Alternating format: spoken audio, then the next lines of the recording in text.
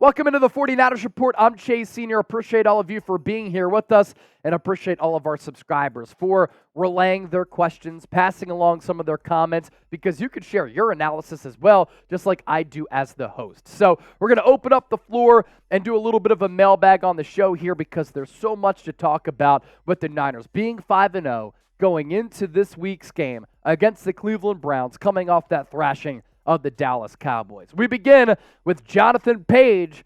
What should we do with Elijah Mitchell? Jordan Mason is playing well. Elijah Mitchell is constantly hurt. Your thoughts? It's becoming a problem that Elijah Mitchell continues to get hurt. And we're talking about these injuries happening all the time, all over his body. I really think we're getting to a scenario in which the San Francisco 49ers have to think about cutting Elijah Mitchell. What good is he going to be able to do you if he can't play ever, at all, and is always getting banged up? It's, of course, really unfortunate because Elijah Mitchell as a player does have a lot of ability. You look at the numbers that he's been able to put up in his career, 18 total games, 11 starts. That's basically a full season. And he's run for 268 carries, almost 1,300 yards and 7 touchdowns. Average yards per carry, really, really solid number, which is always really impressive for Elijah Mitchell. But again, you can't make the club from the top. You can't impact the club from the top. And we saw on Sunday Night Football how effective Jordan Mason was. What really stood out to me, even though he was a UDFA, came out of nowhere, he played special teams. He ran hard with physicality, with power. He's coughed it up a little bit, but didn't against Dallas. Sees the hole, hits the hole, straight line runner. Sometimes it's important to have that for this offense. And if you get the physical presence of Jordan Mason with kind of that finesse aspect of Christian McCaffrey, that's a really daunting 1-2 punch at that linebacker spot. Lyle, after this game, who would you trade for before the deadline? What position? The player who's the apple of my eye for the Niners, it continues to be Patrick Surtain. Patrick Surtain is the player that I want for this Niners team because he completes it. And when you look over and glance at this Niners roster, is there a weakness right now? Maybe right tackle, but Colton McKivitz has done a solid job, and the Niners obviously not paying him so that they can pay players elsewhere on this team. Right tackle, a little bit of a weakness, right? Maybe right guard, a little bit of a weakness. You're good at linebacker. You're great at linebacker. You're good at safety. You're great at safety. You're great along that defensive line. You have great skill position players. Brock Purdy is slinging the rock and balling. Another really legit corner opposite of Charvarius Mooney-Ward being Patrick Surtain makes this pass defense even better. And you know what it allows you to do? Get Isaiah Oliver off the field. Don't give any snaps to Ambry Thomas. And Deommodore Lenoir, who's a more than capable outside corner, can play probably at his more natural position at that slot spot. So Pat Surtain, he's my guy, Lyle. That's the guy that I want. And the Denver Broncos, after Sean Payton talked all that shit about Nathaniel Hackett and the job that he didn't do with the Denver Broncos, guess who the Broncos lost to in Week 5? Nathaniel Hackett and the New York Jets. They might start to sell, and as part of that selling process, Surtain could get moved. Paris Schmidt with the $5 super chat. What player and position will take us over the top before the deadline? Defensive line, wide receiver, cornerback. So, you already checked off defensive line with Randy Gregory. You're fine at wide receiver, and you could get another addition back once Danny Gray comes off IR, if that ever happens. Cornerback is that spot. It's the only weakness outside of right tackle on this team. But do you really see tackles getting moved all that much toward the NFL trade deadline? No, because they're really valuable because a lot of players aren't quality players who do get moved at that position and a position of importance for a lot of clubs across the NFL. So I'm going corner. I'm going Patrick Surtain. There are some other corners that we could probably hit a little bit later this week, and we'll do our due diligence on that, do some really good research. But for right now, I'm going star hunting, and Patrick Surtain is my star. You can also ball out and star with Prize Picks. And I've been able to star a couple of times, winning up to 25 times my money this football season with Prize Picks. You can get up to a $100 deposit match at prizepicks.com/CLNS. Promo code CLNS. It's daily fantasy sports made easy. Pick 2+ players. Choose more or less on their projected stat lines, and it makes game day really, really fun. It's the largest independently run daily fantasy app in North America. So get signed up, and you get that $100 deposit match at prizepicks.com/CLNS. Steven Sierra with another donation here. Let's go Niners. What up, Chase and the crew? Niners will all the way. They willed themselves to that victory last night, and they took the will out of the Dallas Cowboys. And that's what was so beautiful about that victory for the Niners in front of the home crowd. Cowboys are talking about the Niners all throughout that week, and San Francisco lets its play do the talking, and they were utterly dominant. If you love seeing the Cowboys miserable, how about them Cowboys? It never gets old. Type F Dallas. The Niners are the Cowboys' daddy. Mike Crocker. Dak signing a new endorsement deal with Hall's cough drop since he's a hell of a choke artist.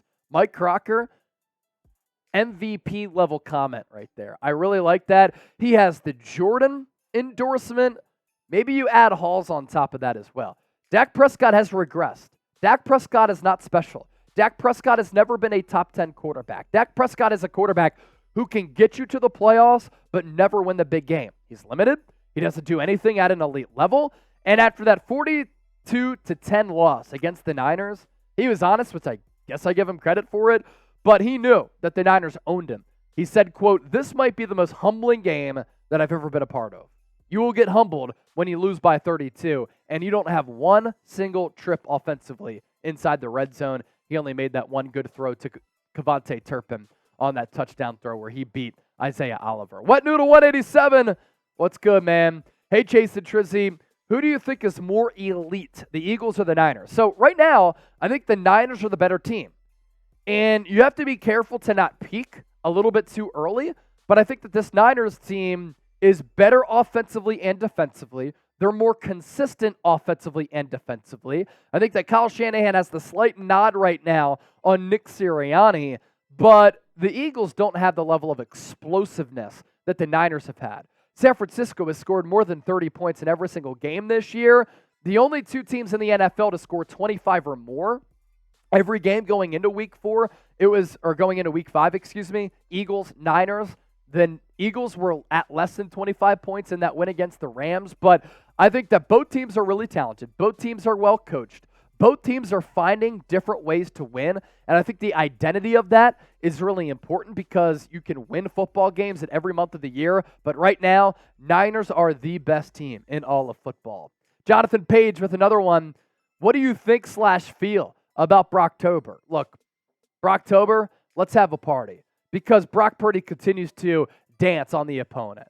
What he's doing is special, and it looks a lot like it did last year, where he's making quick decisions, he's accurate, he's decisive, he's layering footballs into that second and third level. I said this last year when he replaced Jimmy Garoppolo, that the Niners now have an explosive vertical element to their offense that they did not have with Jimmy G. Purdy has been a big part of that. He's running Kyle Shanahan's offense to perfection.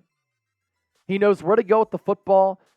That's a stiff test against the Dallas Cowboys. Second time he's taken on that team. And once again, he got a victory, and he made the adjustments from the first Cowboys matchup in the divisional round last year to that second one where he was just peppering balls all over the yard against Dallas, and it didn't look as though Trey Lance had any answers for what the Niners like to do well in the offensive end because the Cowboys were saying all week, yeah, Trey Lance is helping us game plan. Got to game plan better. If you think the Niners are the best team in football, a.k.a. if you're with me, you got to give me an SF down below in the chat right now. Look, you just look at the identity of this team, how they're beating teams, how they're blowing out teams. All of these wins have been convincing. Like the Niners haven't really played in a close game this year outside of that mini comeback against the Rams in which they dominated that second half. Give me that SF right now. Alberto Soto. Did George Kittle get fined for that T-shirt move? Maybe, and we have a photo of that shirt actually. We're recording this on Tuesday, so I'm not sure if Kittle got fined or not. In case you missed it, he pulled off the hat trick on Sunday Night Football, and after one of his touchdowns, he lifted up the shirt, not like Trizzy for Show Me the TDs. Instead, he wanted to show everybody the F Dallas shirt. Now, this is paying homage back a couple of decades ago when a Niner player had an F Dallas shirt underneath the jersey and the shoulder pads, and this continues to be a great rivalry for reasons like that. Wouldn't surprise me if the NFL decided to step in and fine them. They shouldn't. The Cowboys should have done something about it instead of giving up 400-plus yards of total offense and 42 points. Lou Gotti. Should we take a look at some veterans in free agency, maybe bring in someone with a little bit left in the tank to add even more veteran leadership to a championship-bound roster?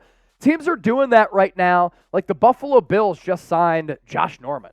Tre'Davious White out for the year with the torn Achilles, and they signed Josh Norman, who continues to find jobs year after year. And that's a veteran who has familiarity with Buffalo. They bring him in at a position where they're hurting a little bit. And they know that when you bring in a vet like that, they don't have it physically as much as they used to, but they have a knack for making plays, and they're just smart football players who can help you in that regard. And at the very least, give you experience and a veteran leader. Right now, I think the Niners are in a great spot, but as we approach the NFL trade deadline, you can't rule anything out. Leland and Jay. Where are the Niners wasting money? Trey Lance aside. Where are they wasting money? They're not wasting a lot of money right now. I mean, Christian McCaffrey, well worth the investment. Nick Bosa, Fred Warner, Javon Hargrave, George Kittle, Deebo Samuel, Brandon Ayuk.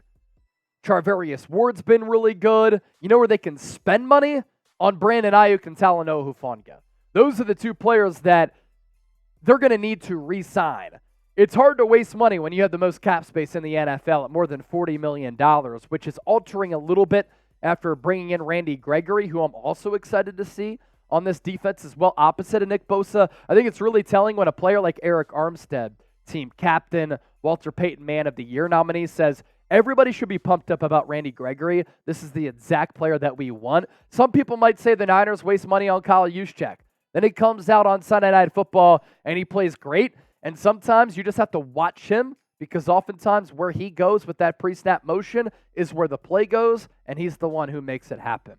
Speaking of this upcoming week's game against the Cleveland Browns, we'll be doing a watch party for this, and it's going to be an early one for those of you on the West Coast. 1 o'clock Eastern. That is the kickoff. So we'll be live an hour before kickoff. Who you got? SF for the Niners, CLE for the Cleveland Browns. We'll do a preview for this matchup this week. Make sure you keep an eye out for that.